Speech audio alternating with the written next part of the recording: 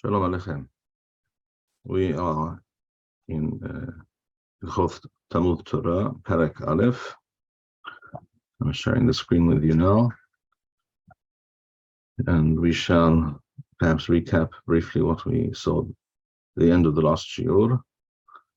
This is Halacha Yod Aleph in most editions, or Halacha Yod Gimel, after the beginning of Halacha Yod Gimel in other editions. Rambam writes as follows: V'hayav l'shalesh zman lemidoto. A person is required to divide his study of Torah into three sections. Shalish b'Torah shebichtav, shalish b'Torah shebe'al peh, u'shlish yavin v'yaskil harif davar mireshito, v'yosei davar midavar, v'yidameh davar davar. וידין במידות שהתורה נדרשת בהן, עד שידע האח הוא עיקר המידות, והאח יוצא האסור והמותר, וכיוצא בהן מדברים שלמד מפי השמועה, ועניין זה הוא הנקרא תלמוד. All right, let us break that down. So he said, חייב לשלש זמן למידתו, שליש בתורה שבכתב. This includes all 24 books of the Tanakh. And one needs to be baki in all of the Tanakh. That's number one. Number two, shalish b'Torah shebe'al peh. Torah shebe'al peh, in essence, in its summarized form, shall we say, is the Mishneh, Mishnat Rabbi, the Shisha Sidrei Mishnah that we have from the Tanaim, redacted by Rabbi Yehuda Nasi and the Hachamim who were with him at that time in the Galil.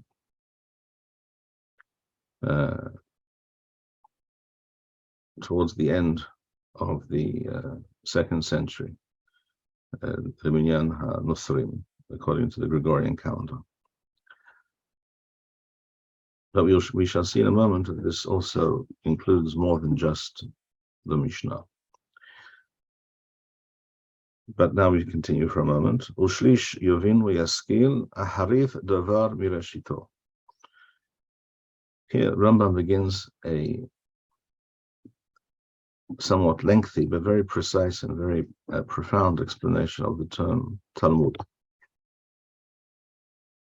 The term Talmud means essentially understanding. That is also what the Maharal, Rabbeinu Gadol Maharal Prague, in his Hakdama to Sefer Tiferet Yisrael, he explains why we recite the Bracha La'asok b'divrei Torah, according to the Nusach of the Ashkenazim, and not Lilmod Torah, because he says La'asok b'Torah, we are commanded La'asok to do our best to study and understand the Torah, but it's not guaranteed that a person will understand what he is learning correctly, because the Torah requires much understanding and explanation, and perhaps there's no one to explain it to you properly, or perhaps the person who explained it to you did not understand himself. So one way or another, it might be the case that you are attempting and doing your best to study Torah, but in fact you're not getting to the bottom of it. You're not truly understanding. In which case, to recite the Bracha Lilmod Torah or Al Talmud Torah would be inaccurate, the Maharal says, because the Limud means to understand. So Talmud Torah really means understanding of Torah. And Rambam here explains as follows. He says, Ushalish yavin v'yaskil aharit davar mireshito. The third part of the third section, the third part of studying Torah is to delve into it deeply, to understand the origins and the roots of the matter that you are discussing from its beginning. As he says here, aharit davar mireshito, you begin at the reshith, at the beginning, and your aim is to get to the aharith davar, to get to the end, to the bottom of it. We'll see davar midavar, and to understand and grasp a concept based on something else that you have previously understood. You'll see davar midavar. You will be able to learn one thing from something else that you have previously learned. Davar b'davar, and you will are able, and you must, it is necessary when studying Torah in depth, to compare one situation, one halakha, one principle or idea in the Torah to another idea. And this is a very important point. Now, go back to this point in a moment. So, yidameh davar l'davar,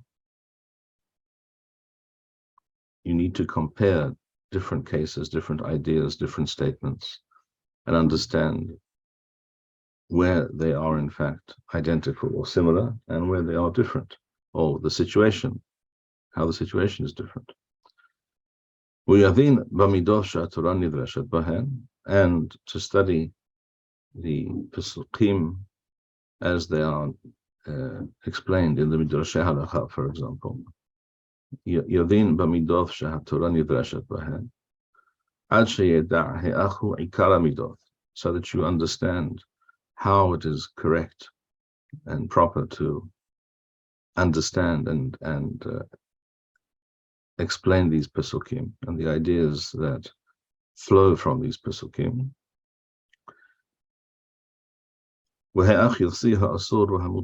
And how one is therefore, based on all of these things that we just mentioned before, these various aspects of Talmud, of iyun, what we call today perhaps, what is more commonly known today as iyun, how to reach a conclusion. You'll see ha'asur wa ha'mutar, to know that which is mutar and that which is asur.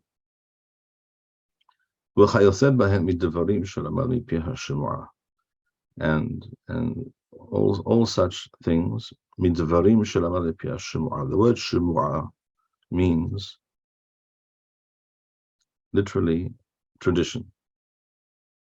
That, or more literally, that which is heard, that which is received. The Torah Ba'al Peh was initially Ba'al Peh, and even to this day, there are aspects of Talmud Torah that remain Ba'al Peh. In other words, the concept of Shimush Talmidei Hachamim still exists to this day in a manner which is different from how things used to be. That is true. But a Talmid who is able to forge a deep personal relationship with a Hacham, with a very knowledgeable Chacham, and discuss all manner of things in depth over time, hopefully over a period of years. That Talmid will absorb not just facts and statements in a technical sense. He will not only be able to report what this Chacham said, but he will also understand the inner workings of the mind and also of the soul of that Chacham.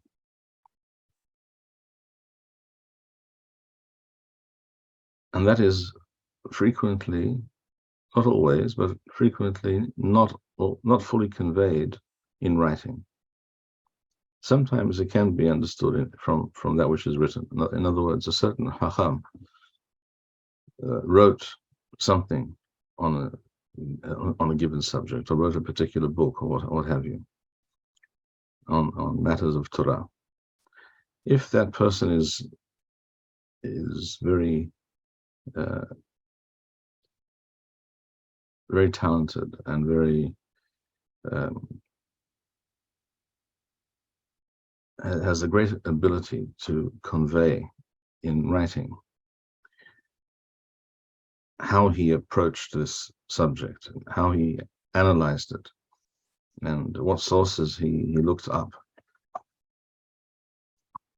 and was able compare various sources and various explanations, and how he worked through all this material and reached a certain conclusion. And some Chachamim are truly able to convey all of that in their writing. Then that is more or less a sufficient substitute, and even perhaps sometimes a completely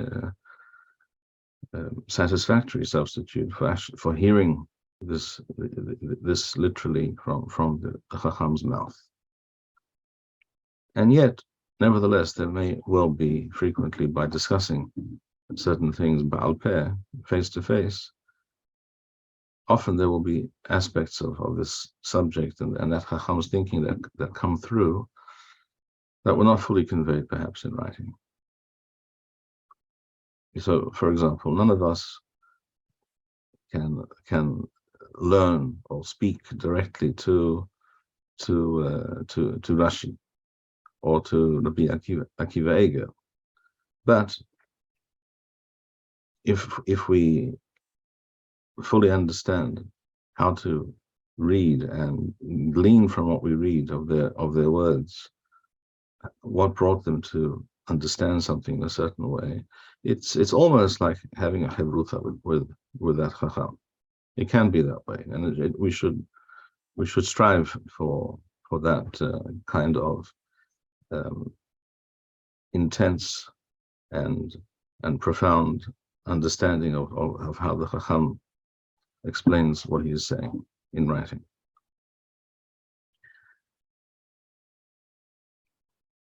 Now, all of these things together, as the Rambam described here, that is Talmud, says Rambam. Inyan zeh hu hanikra Talmud. Over time, now, originally the Talmud, in other words, all these discussions and investigations into the various aspects and different areas of Torah were studied in the Bet Midrash Ba'al Peh. Originally, even the Mishneh was Ba'al Peh, but even once the Mishneh was fixed, and even in writing, perhaps there was a period when it was studied and explained, but these explanations were still Ba'al Peh. The Talmud was Ba'al Peh, and eventually that also was written down. What we have in the Talmud, whether it's the Talmud Bavli or the Talmud Yerushalmi, is a record of the discussions that took place in various Batei Midrash, in various yeshivot, in various places in Eretz Yisrael, in Bavel, amongst the Hachamim and the Talmidim, the questions that were asked, the discussions that took place. This is all recorded for us in a shorthand style, a very telegraphic style, and which is not always so straightforward and obvious to all people how to understand, how to follow what is being said, and what conclusion to be reached. This is all before us in the Talmud.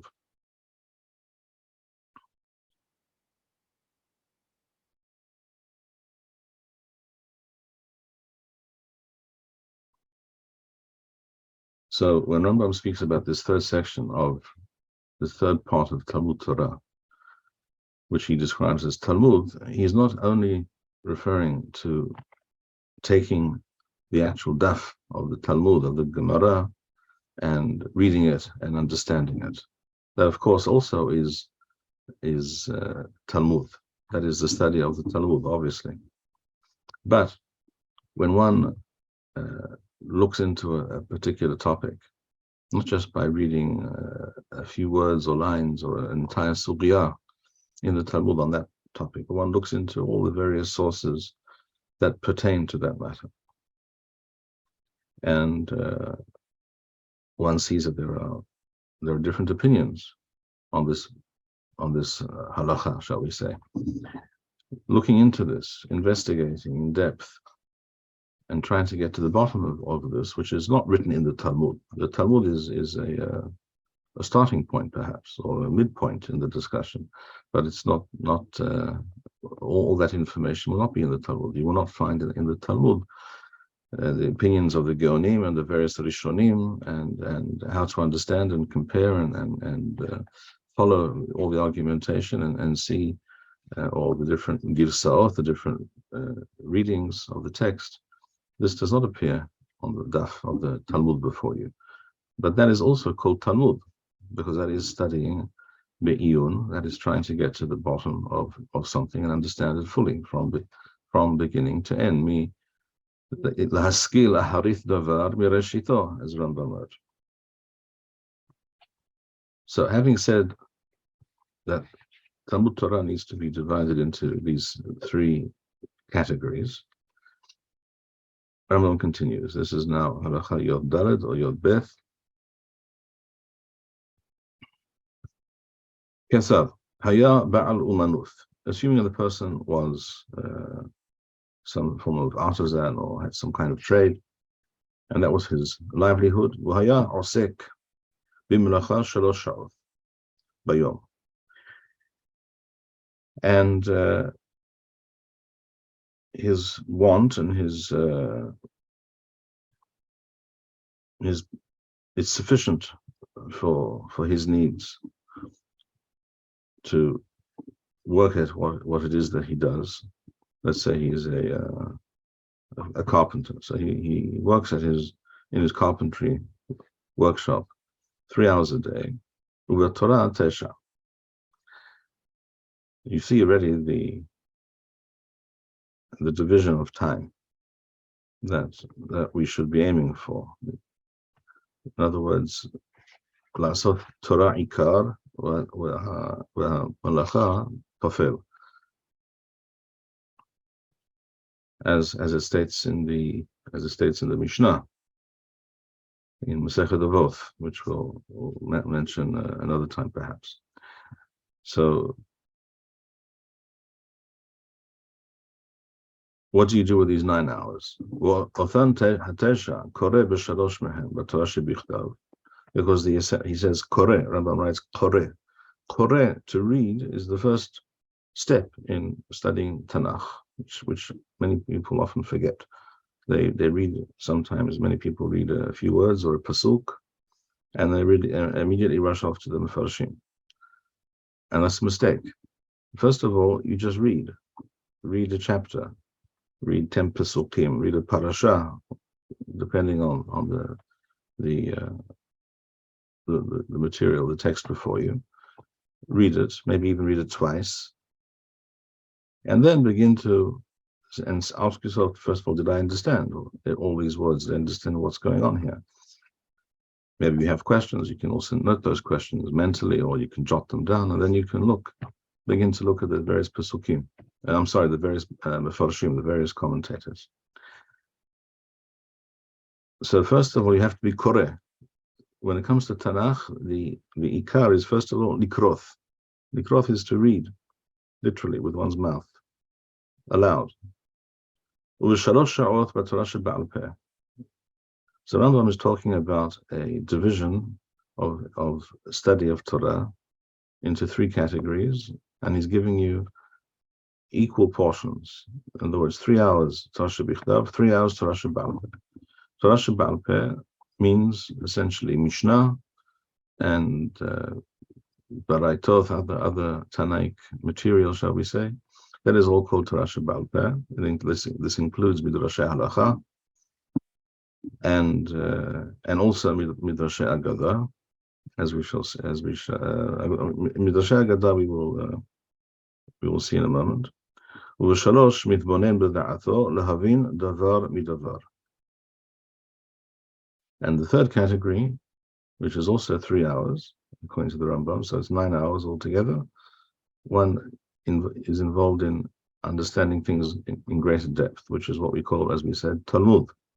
Whether it's off the daf, literally, or whether it's looking at the various sources and texts and trying to fully grasp the matter. Divrei Kabbalah, Rambam says, this refers to Nevi'im and Ketuvim. Bichlal Torah shebichtav. That is included when we say Torah shebichtav. I'm sorry. When we say Torah shebichtav, we do not mean only Hamishah Moshe Torah. We mean all of the Islam Arba'a Sefarim, all 24 books of the Tanakh. Uferushan bichlal Torah shebe'al peh. And all the Perushim on the Torah shebichtav are considered part of the Torah shebe'al peh. So first of all, in the first place, Targum Onkelos on the Torah, or Targum Yonathan on the Nevi'im. This is considered Torah shebe'al peh because these are very ancient Targumim, translations of the text, with very ancient and authoritative explanations and interpretations of the text. And that when you study Targum Onkelos, you are studying Torah shebe'al peh.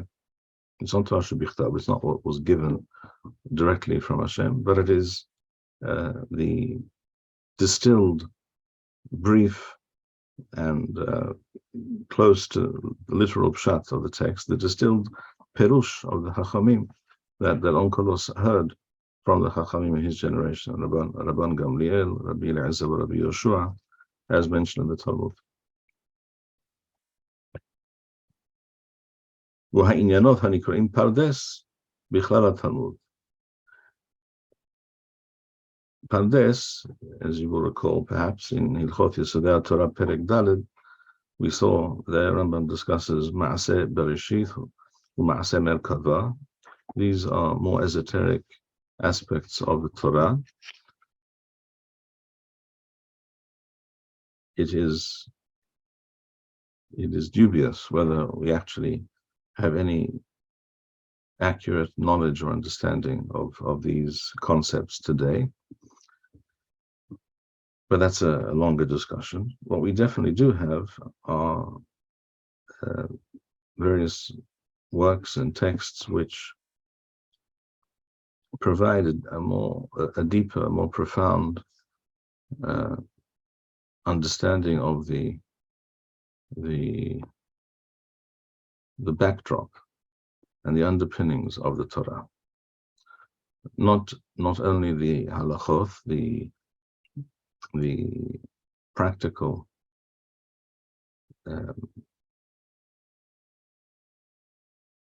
actions and ma'asim that are an essential, the essential expression of the Torah in the real world, but also the ideas behind the Torah shebichtav and Torah shebe'al peh, which were also discussed and explained by the Chachamim to their students over the generations. And this is what we find, first of all, in the Midrashei Agadah, whether it's Midrash Rabbah or Midrash Tanhuma or Pesikat Rav Kahana or any of these Midrashim. And we also have later from the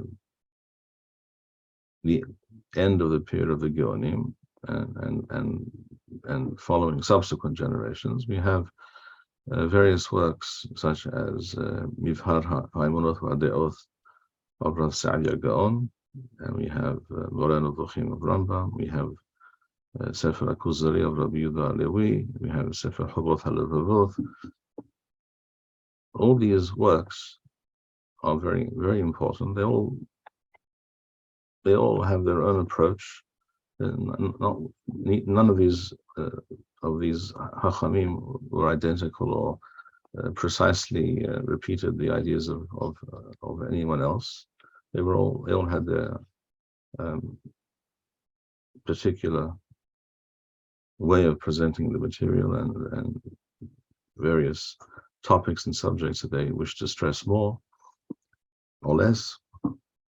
All these things also within the purview of what we call Pardes. And that all these kinds of things, all these discussions are Bichlal Talmud. They belong to that category which we refer to as Talmud. So Rambam, excuse me, Rambam just described a person who has 9 hours in his day to study Torah, which for many people nowadays that would be considered an avrech who does nothing but study Torah. He might not learn more than 9 hours, and some would learn less, perhaps. That also is food for thought. Rambam continues, Hilchot well, in the text before us, or Yod Bet in other texts.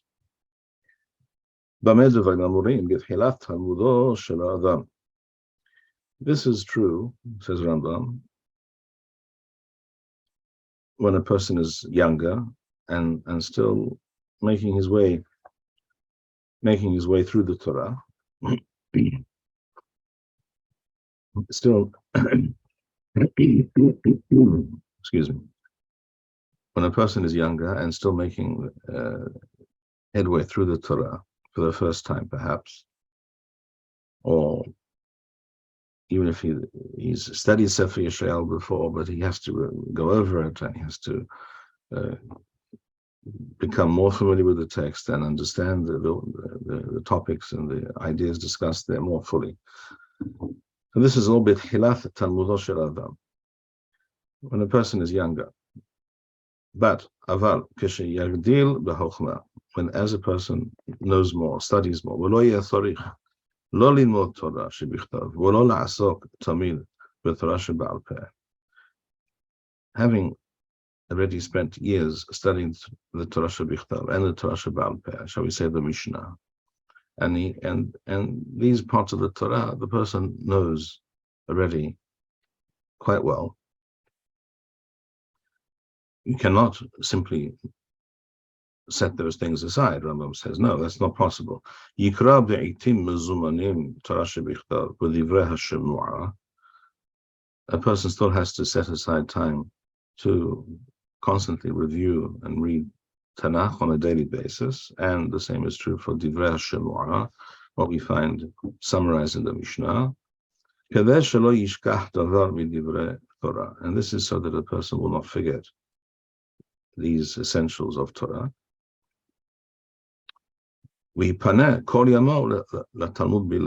then a person will be able to devote more time to studying various aspects of the Torah, Be'iyun, Talmud, as we said, Lefi rohav libo u'yishuv da'ato, according to his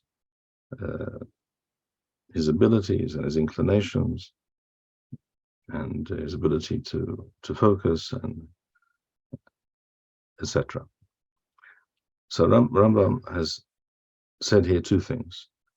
When Chachamim said in Masechet Kiddushin Daf Lamed that a person is hayav l'shalesh lemidato, to divide his study into these three categories, Rambam understood this to mean to three equal categories in terms of time: 3 hours, 3 hours, and 3 hours.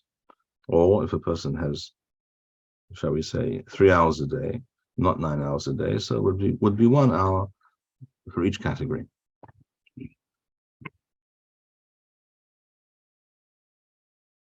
However, Rambam says this advice and this instruction of the Chachamim was for most people when they are still building themselves up in their knowledge of Torah and their understanding of Torah.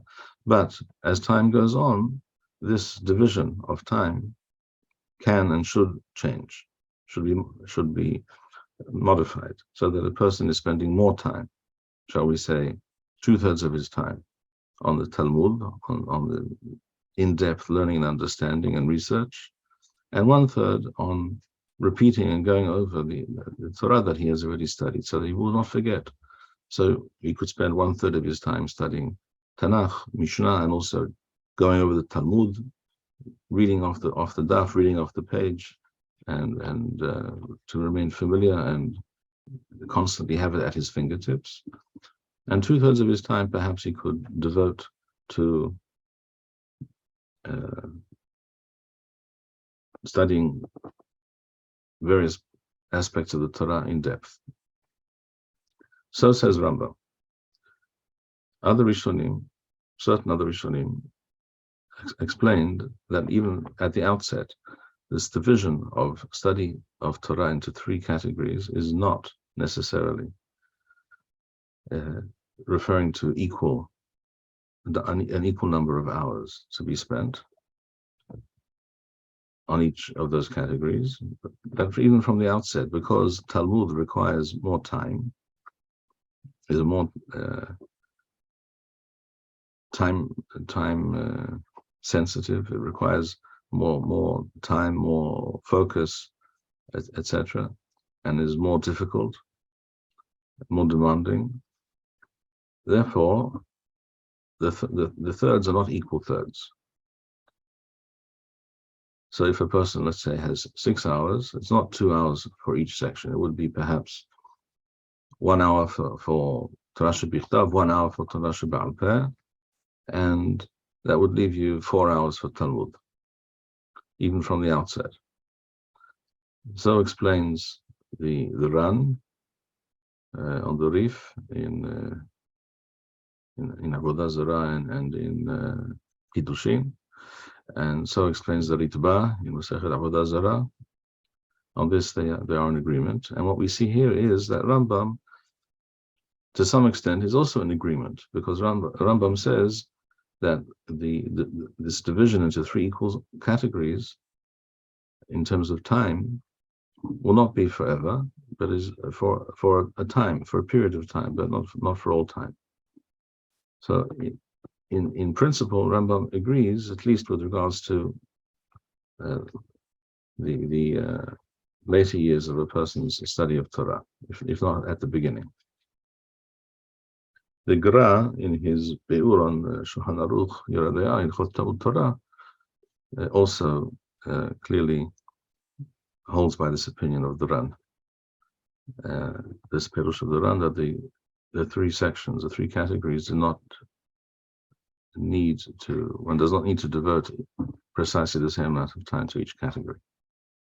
But all of these Perushim are based on the understanding that the Chovah to study Torah and divide that study into three categories is done on a daily basis. In other words, that each day one studies these various areas of the Torah, as opposed to Rashi and certain other Rishonim, who hold that the division of study of Torah into three categories is done not on a daily basis, but on a weekly basis.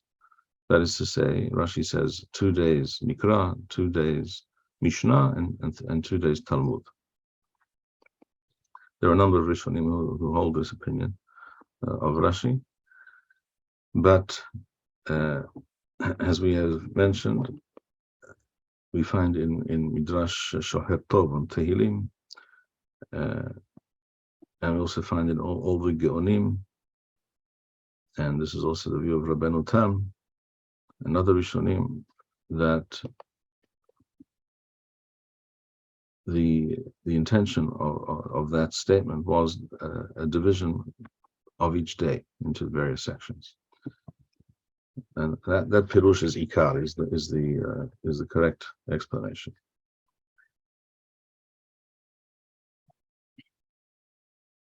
I also mentioned that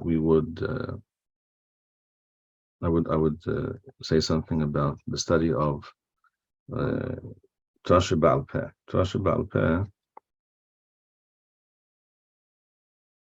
in its essential form, is the Mishnah. What is the Mishnah? The Mishnah is a brief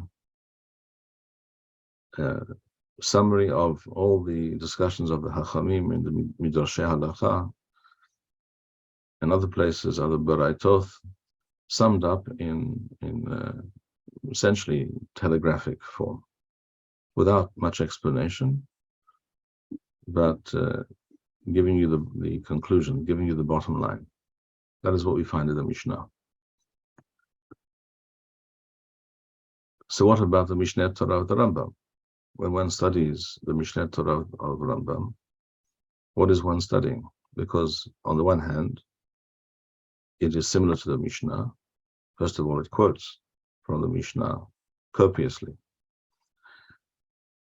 many lines in the Rambam are direct quotes from the Mishnah.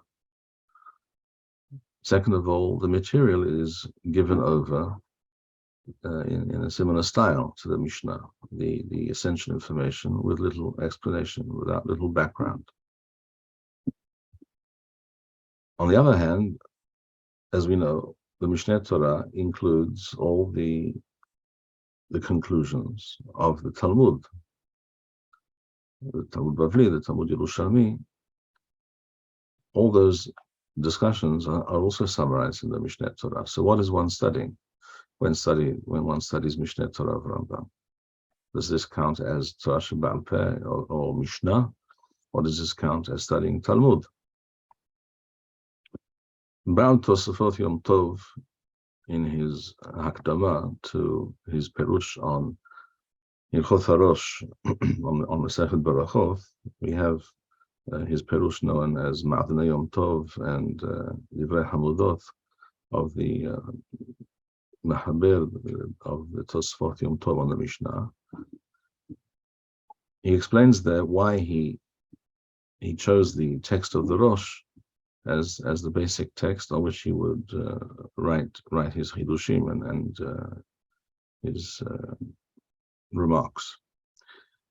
And he says, because when studying the Talmud, you are studying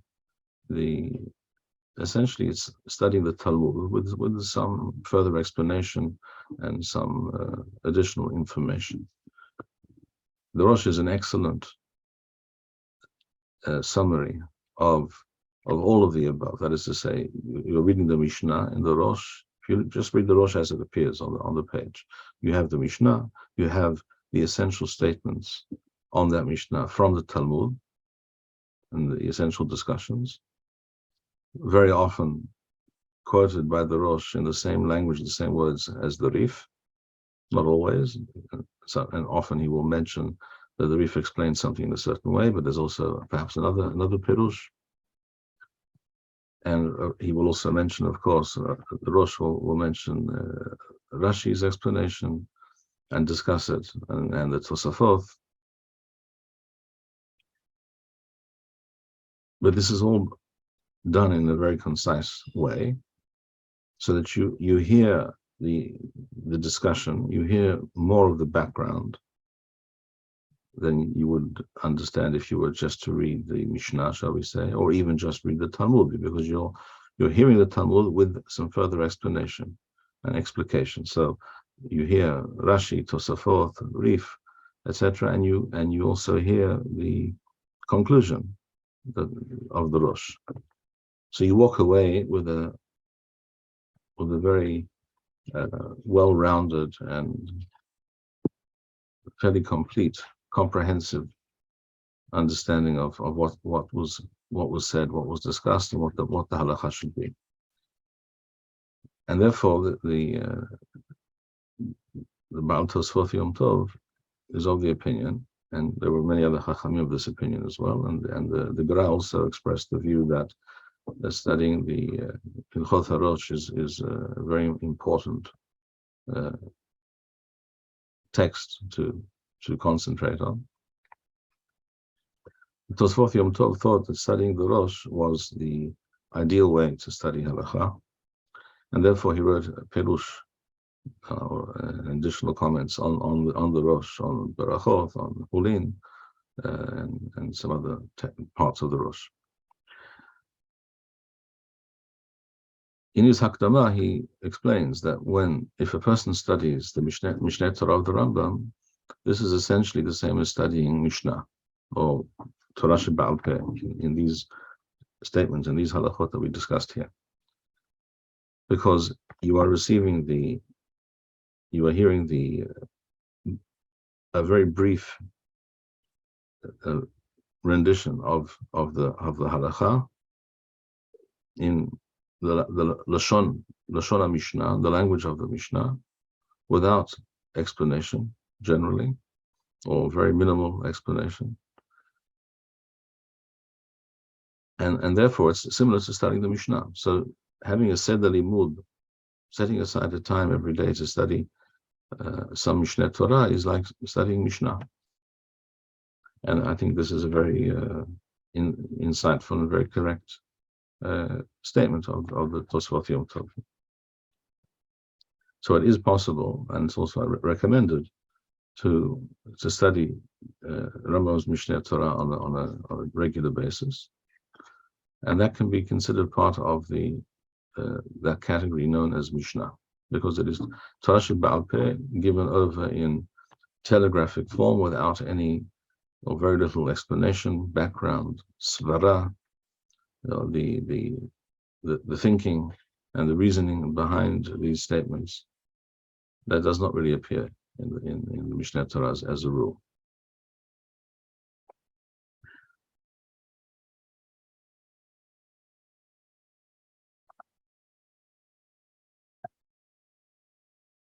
And today I think we will end here. Bye-bye. Erev Chag HaShavuot. Yes, question? Would the Rav recommend Rambam over Mishnah if one had to choose between the two? That's a good question. No, I would not recommend it over the Mishnah. I would say that one should study both. I think it's important that a person becomes familiar with the style of the Mishnah, the language, the way the material is presented there. It is important. But one can, when dividing one's limud into these categories, one can consider the study of Mishneh Torah, which is also very beneficial and highly recommended. It is something that one can consider as part of the study of Torah Sheba'al Peh in that sense. So let's say one has an hour to study Torah Sheba'al Peh. One can study half an hour Mishnah and half an hour Mishneh Torah. That would be what I would recommend. It's interesting that you mentioned that, because just recently I had a discussion with a certain Talmud who informed me that he not long ago began said the limud of Mishneh Torah regularly with a hevruta every day, and he was telling me how beneficial he found this limud, how clear, how organized the material is in Rambam's Mishneh Torah, which is, of course, we all know to be very true, and the Rambam's ability to relate, to convey all this information in such a concise form, and yet a very precise form, very, very dense. In other words, there is much information which is also easily, frequently misunderstood or glossed over by people who do study the Mishneh Torah. And this is why I definitely recommend studying Mishneh Torah with some kind of brief perush. I think the best is that which is published by Mif'al Mishneh Torah by Harav Dr. Yochai Makbili. It's a concise but very informative, very enlightening perush based on Rambam's own statements in other places in the Mishneh Torah, or his perush on the Mishnah, or Teshuvot, or what have you. And in this way, a person will understand, at least I would think, 80%, perhaps 90% of the essential information that the Rambam is conveying to you. Whereas if you study it without that kind of aid, perhaps you will understand only 70% or 60% of what the Rambam is actually saying. Rambam is also like the Mishnah. One needs to get used to the style and the language, and the more one does, the more one will understand the meaning of what Rambam is getting at. And having said that, it is true, and it is not just true, but it's remarkably true, is quite stunning. How Rambam manages in this very, very brief rendition of the Torah Sheba'al Peh to convey many profound insights and hint at least at much information, which again many people will read and not really understand. But real Hachamim who read the Rambam, who learn the Rambam with the knowledge of the sources on which the Rambam's words are based, or the topics, the general fields and areas of halakha the Rambam covers, one will see and understand that Rambam, in using certain words or stressing a certain thing in a particular way, was actually conveying to you a great chidush. It was imparting to you a lot of information and an understanding of that topic, which you may not have heard or seen anywhere else before. But it's easy to miss that information unless one has this background. So on the one hand, Mishneh Torah of Rambam was designed for every Jew, for the average person, but it also speaks volumes dafka to people who are on a much higher level as well at the same time, and that's truly a unique achievement. Thank you, Rabbi Bar-Hayim. We would like to encourage our viewers to share these videos with friends and send in your responses.